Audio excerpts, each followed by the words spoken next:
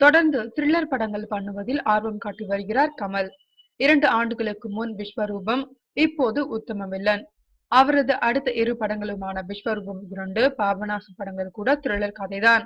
இந்த வகையில் கமலின் புதிய படம் குறித்த செய்திகள் வெளியாக ஆரம்பித்துள்ளன.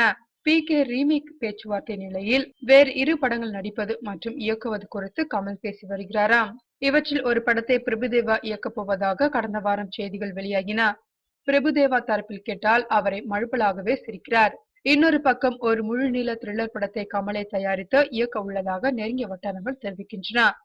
சமீபத்தில் பிரபல இந்தி தயாரிப்பாளர்கள் வீரேந்திர அபேரா, அர்ஜுன் கே கபூர் இருவரையும் சந்தித்த கமல் ஒரு முழுமையான இந்தி படத்தை இயக்கி நடிக்க விரும்புவதாக கூறி கதையும் சொல்லியிருக்கிறார். அவர்களுக்கு கதை மிகவும் பிடித்துவிட்டதால் இந்தி பட வேலைகளை ஆரம்பிக்க உள்ளதாக கூறப்படுகிறது. அந்த கதை அரசியல், கருப்பு படம் சார்ந்த கதையாம்.